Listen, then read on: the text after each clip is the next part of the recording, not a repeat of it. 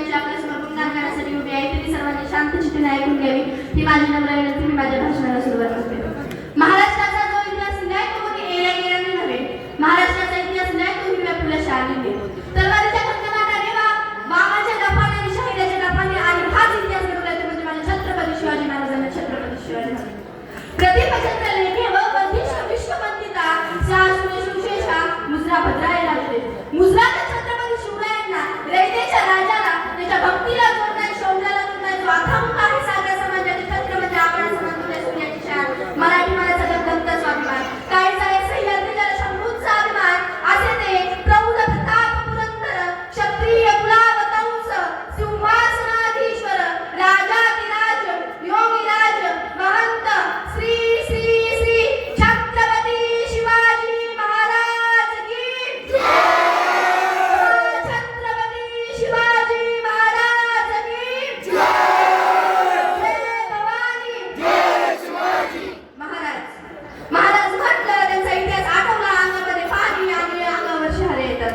महाराज म्हटलं त्या अंगामध्ये गळ्यामध्ये पाणी आणि अंगामध्ये शहारे येतात. परंतु त्या महाराजांचं नाव ऐकल्यावरती मनामध्ये काहीतरी करण्याची जिद्द निर्माण होते. खरंच का हे महाराज असतील असेल? खरंच का हे महाराजांचं नाव ऐकल्यावरती अंगामध्ये ताकद मनगटामध्ये ताकद येण्याची शक्ती निर्माण होते. परंतु त्या काळाची मावळी कशी होते आणि आताची मावळी कशी आहे हे जाणून घ्यायला पाहिजे आपण. महाराजांच्या पाठीमागची बॉडीगार्ड कशी होते, महाराजांच्या सोबत कशी होते, महाराजांसोबत गड किल्ले जिंकणारे कोण होते, असे ते कोण होते. 17-18 वर्षाची पोरं 32 इंच छाती 140 किलो वजन आणि त्या नसल्या तितक्या अंगाची शत्रू बघून गार होईल अशी त्यांची ताकद होती. कारण त्यांच्या कपाळावर गंध असायचे, मनगटामध्ये ताकद असायची आणि मनामध्ये फक्त एकच नाव शिवछत्रपती सारखं जगायचंय. मला राजांचा मावळा बनायचा आहे, मला राजांचा बॉडीगार्ड बनायचा आहे म्हणून त्यांच्या अंगामध्ये ताकद असायची.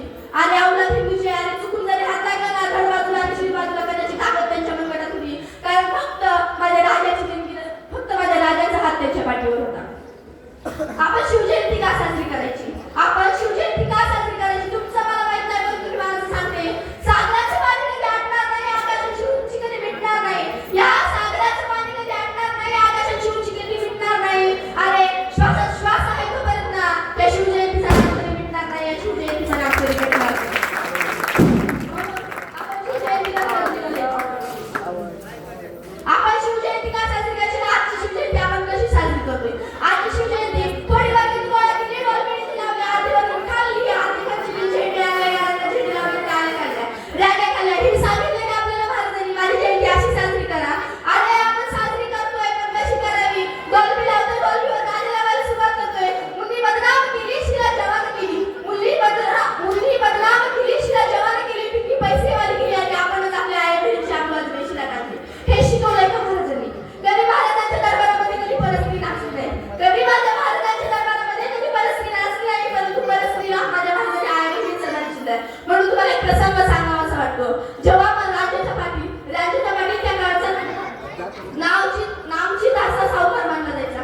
त्याला एका गरीब मुलीची आबरू लुटली. मुलीला आबरू गेली म्हणून स्वतःचा जीव दिला आणि पिढी पुढे मारली. ही खबर महाराजांना कळली.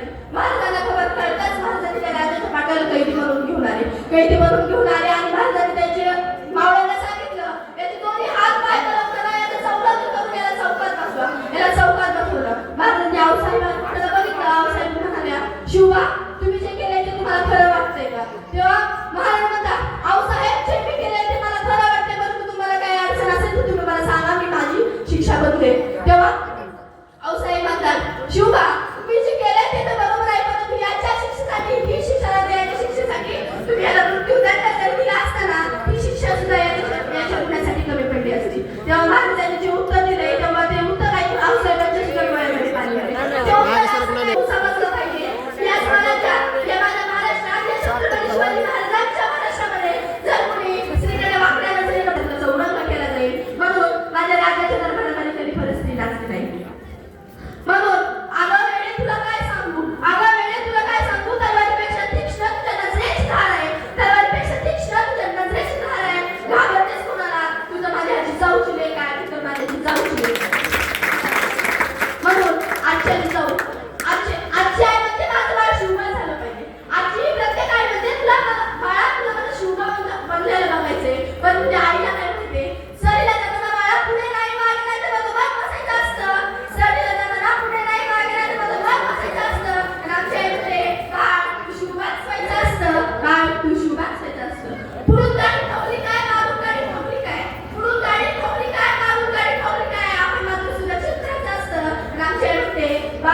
शिवबाच व्हायचं असतं, बाळ शिवबाच व्हायचं असतं. म्हणून बाळाला शिवबा म्हणायच्या अगोदर आपल्या आई जिजाऊ आणि वडिलांना शहाजी व्हायचं असतं, शहाजी व्हायचं असतं. नाचून कीर्तनाच्या रंगीला उद्यान दीपजगी, नाचून कीर्तनाच्या रंगीला उद्यान दीपजगी असे म्हणाले सगळं तुकाराम महाराजांचं मला दिसत नाही. तू मुझे खून दो मैं तुम्हें आजादी दूंगा, तू मुझे खून दो मैं तुम्हें आजादी दूंगा असं म्हणणारे आम्हाला सुभाषचंद्र बोस दिसत नाही. परंतु तू मुझे चुना दो मैं तुम्हें तंबाखू दूंगा असं म्हणणारे हे तरुण काटे आम्हाला रोज गल्लोगल्लीत दिसतंय आणि रोज गल्लोगल्लीत दिसतंय. परंतु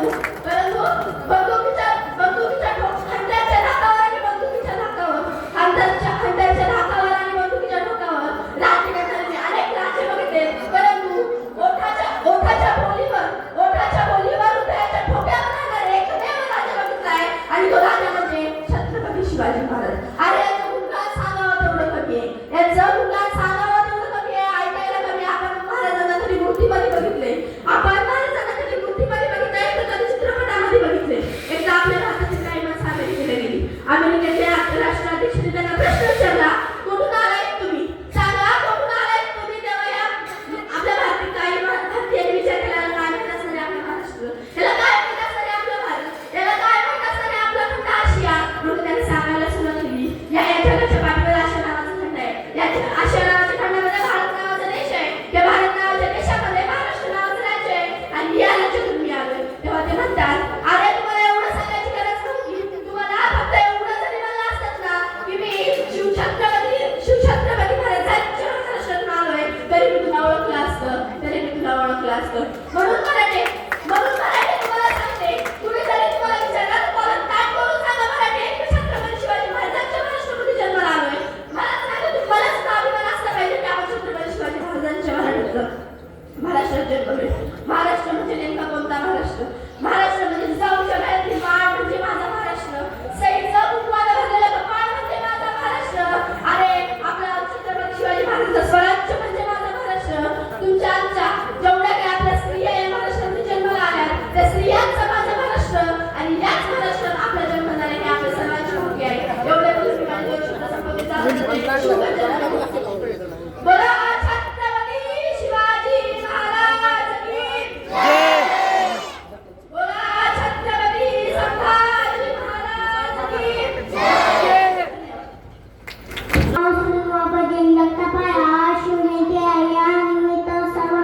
खूप शुभेच्छा. शिवेदान नाही तलवारीच्या पाठीला, शिवरायासारखे दैवत लाभले महाराष्ट्राच्या मातीला. वाघाने मराठी कधी कुणाच्या नादाला लागत नाही, तर मराठ्यांच्या नादाला लागले त्याला पाल्याशिवाय सोडत नाही. अंगात विरोग रक्तात विरोग, अंगात विरोग रक्तात विरोग, छाता आपोआप फुटणे निघतात. तो एकदा जय शिवराय म्हणून मग तो एकदा जय शिवराय म्हणून. धन्यवाद. इतिहासाच्या पानावर, माहितीच्या मनावर, मातीच्या कणावर आणि विश्वासाच्या प्रमाणावर राज्य करणारे राणी शिवछत्रपती. निश्चयाचा महावीर बहुजनाची आधार, अखंड स्थितीचा विद्यालू श्रीमंत, अखंड या नावाचा मानाचा होता. छत्रपती शिवाजी महाराज हे महाराष्ट्राच्या दलित रात्री वाचवल्या स्फूर्ती देत होते. कारण त्यांनी पारतंत्र्यातील स्वातंत्र्याकडे जाण्यासाठी छत्रपती शिवाजी महाराजांचा जन्म 21 फेब्रुवारी 1630 रोजी जुन्नरजवळ शिवनेरी या प्रदेशात झाला. छत्रपती शिवाजी महाराजांच्या जीवनातील घटना आज तुम्हाला प्रसन्न सांगणार आहे. औरंगजेबाने त्यांच्या मावळ्याला विचारले, किल्ला किती दिवसात कसं आणतात? तर मावळे म्हणाले की आज सकाळचा नाश्ता करतो, रात्री त्यांनी मला किल्ला येतो निघाले. 10,000चं सैन्य घेऊन निघाले. रामटेकच्या किल्ल्याला वेढा घातला आणि भरभर गोळी चढू लागले. पण कॉन्फिडन्स होता की आपणच किल्ला जिंकणार. निम्या किल्ल्यापर्यंत आले, कुणी दिसलं नाही. महाराज सुद्धा किल्ल्यावर नव्हते. मावळे त्या क्षणी उठले, दगड घेतली, गोफणी घातली, भरभर फिरवली आणि सपासप दगडांचा मारा केला. ज्या स्पीडने वरी आले होते त्याच्यापेक्षा दुपटीच्या वेगाने खाली पडले. निघाले. औरंगजेबाकडे आले आणि म्हणाले की राजे, आम्ही तलवारी घेऊन गेलो, तोफा घेऊन गेलो, पण असं कोणी दगडाने मारतं का? जो म्हणला होता सकाळचा नाश्ता करून जातो, रात्रीच्या जेवणाला येताना किल्ला घेऊन येतो, तो आता कपाळ शेकत बसला होता. आपल्यामधून किती जणांना माहित असेल की रायगड